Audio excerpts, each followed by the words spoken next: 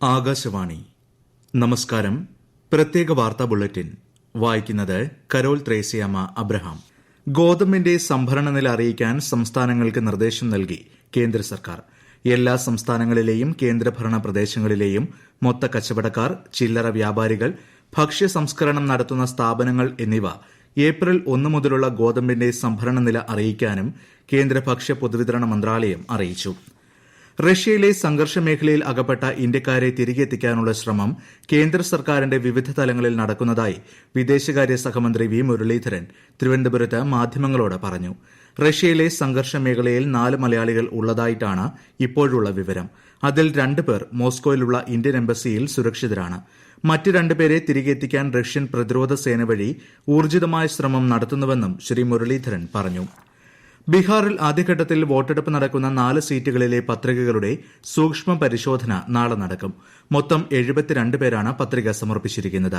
ഗയയിൽ 22 പേരാണ് പത്രിക നൽകിയത്. അടുത്ത മാസം 2 വരെ സ്ഥാനാർത്ഥിത്വം പിൻവലിക്കാൻ അവസരമുണ്ട്. മാലിന്യ സംഭരണ കേന്ദ്രങ്ങളിൽ തീപിടുത്ത സാഹചര്യം ഒഴിവാക്കുന്നതിന് സ്വീകരിച്ചിട്ടുള്ള സുരക്ഷാ മുൻകരുതലുകൾ വിലയിരുത്തുന്നതിന് തദ്ദേശ സ്വയംഭരണ വകുപ്പ് പ്രിൻസിപ്പൽ ഡയറക്ടറുടെ നിർദ്ദേശാനുസരണം 96 തദ്ദേശ സ്വയംഭരണ സ്ഥാപനങ്ങളിൽ ഉദ്യോഗസ്ഥ സംഘം പരിശോധന നടത്തി. നിർദ്ദേശങ്ങൾ പൂർണ്ണമായും നടപ്പിലാക്കുന്നതിൽ പല തദ്ദേശ സ്വയംഭരണ സ്ഥാപനങ്ങളും വീഴ്ച വരുത്തിയിട്ടുള്ളതായി പരിശോധനയിൽ കണ്ടെത്തി. ഗുരുതര വീഴ്ച വരുത്തിയ ജീവനക്കാർക്കെതിരെ നടപടികൾ ആരംഭിച്ചതായും വരും ദിവസങ്ങളിൽ പരിശോധന തുടരുമെന്നും പ്രിൻസിപ്പൽ ഡയറക്ടർ അറിയിച്ചു. വടകര പാർലമെന്റ് മണ്ഡലത്തിലെ തിരഞ്ഞെടുപ്പ് പ്രചാരണം പുരോഗമിക്കുന്നു. LDF സ്ഥാനാർത്ഥി കെ ശൈലജയുടെ ഇന്നത്തെ പര്യടനം മേപ്പയിൽ തെരുവിൽ നിന്ന് ആരംഭിച്ച് അരവിന്ദ ഘോഷ് റോഡിൽ അവസാനിച്ചു. UDF സ്ഥാനാർത്ഥി ഷാഫി പറമ്പിൽ വില്യാപ്പള്ളി, തോടന്നൂർ, തിരുവള്ളൂർ, മണിയൂർ തുടങ്ങിയ സ്ഥലങ്ങളിൽ പര്യടനം നടത്തി. തിരുവള്ളൂർ, വേളം, മണിമല എന്നിവിടങ്ങളിലായിരുന്നു NDA സ്ഥാനാർത്ഥി പ്രഫുൽ കൃഷ്ണന്റെ പര്യടനം. ലോക്സഭാ തെരഞ്ഞെടുപ്പുമായി ബന്ധപ്പെട്ട് അച്ചടി, ഇലക്ട്രോണിക് മാധ്യമങ്ങളിൽ പണം നൽകി വാർത്തകൾ നൽകുന്നതിനെതിരെ കർശന നടപടി സ്വീകരിക്കുമെന്ന് ആലപ്പുഴ ജില്ലാ തെരഞ്ഞെടുപ്പ് ഓഫീസർ അലക്സ് വർഗീസ് അറിയിച്ചു. ഇതിനായി പ്രത്യേക മാധ്യമ നിരീക്ഷണ സംവിധാനം ജില്ലാതലത്തിൽ പ്രവർത്തിക്കുന്നുണ്ടെന്നും ഇത്തരത്തിൽ കണ്ടെത്തുന്ന വാർത്തകൾ സ്ഥിരീകരിക്കപ്പെട്ടാൽ സ്ഥാനാർത്ഥിയുടെ പ്രചാരണ ചെലവിൽ ഉൾപ്പെടുത്തുമെന്നും അദ്ദേഹം വ്യക്തമാക്കി. തിരഞ്ഞെടുപ്പ് തയ്യാറെടുപ്പുകൾ വിലയിരുത്തുന്നതിന്റെ ഭാഗമായി ചെലവ് വിഭാഗം നിരീക്ഷകന്റെ നേതൃത്വത്തിൽ എറണാകുളം ഗസ്റ്റ് ഹൌസിൽ മണ്ഡലത്തിലെ ഉദ്യോഗസ്ഥതല അവലോകന യോഗം ചേർന്നു. മണ്ഡലത്തിൽ ഇതുവരെ നടത്തിവരുന്ന ഒരുക്കങ്ങളും പ്രവർത്തനങ്ങളും ഏറെ തൃപ്തികരമാണെന്ന് നിരീക്ഷകൻ അഭിപ്രായപ്പെട്ടു. പൂക്കോട് വെറ്റിനറി സർവകലാശാലയിൽ മരിച്ച വിദ്യാർത്ഥി സിദ്ധാർത്ഥന്റെ വീട് പൂക്കോട് വെറ്റിനറി സർവകലാശാലയുടെ പുതിയ vice chancellor doctor KS Anil സന്ദർശിച്ചു. നെടുമങ്ങാട്ടെ വീട്ടിലെത്തിയ VC സിദ്ധാർത്ഥന്റെ കുടുംബാംഗങ്ങളുമായി സംസാരിച്ചു. ഇലക്ട്രോണിക് വോട്ടിംഗ് മെഷീനുകളിൽ കൃത്രിമത്വം കാണിക്കുന്നതിനായി രാജ്യത്ത് 3 ആഴ്ചത്തേക്ക് സമ്പൂർണ്ണ ലോക്ഡൌൺ പ്രഖ്യാപിക്കുമെന്ന് സമൂഹമാധ്യമങ്ങളിലൂടെ പ്രചരിപ്പിച്ചയാളെ പോലീസ് അറസ്റ്റ് ചെയ്തു.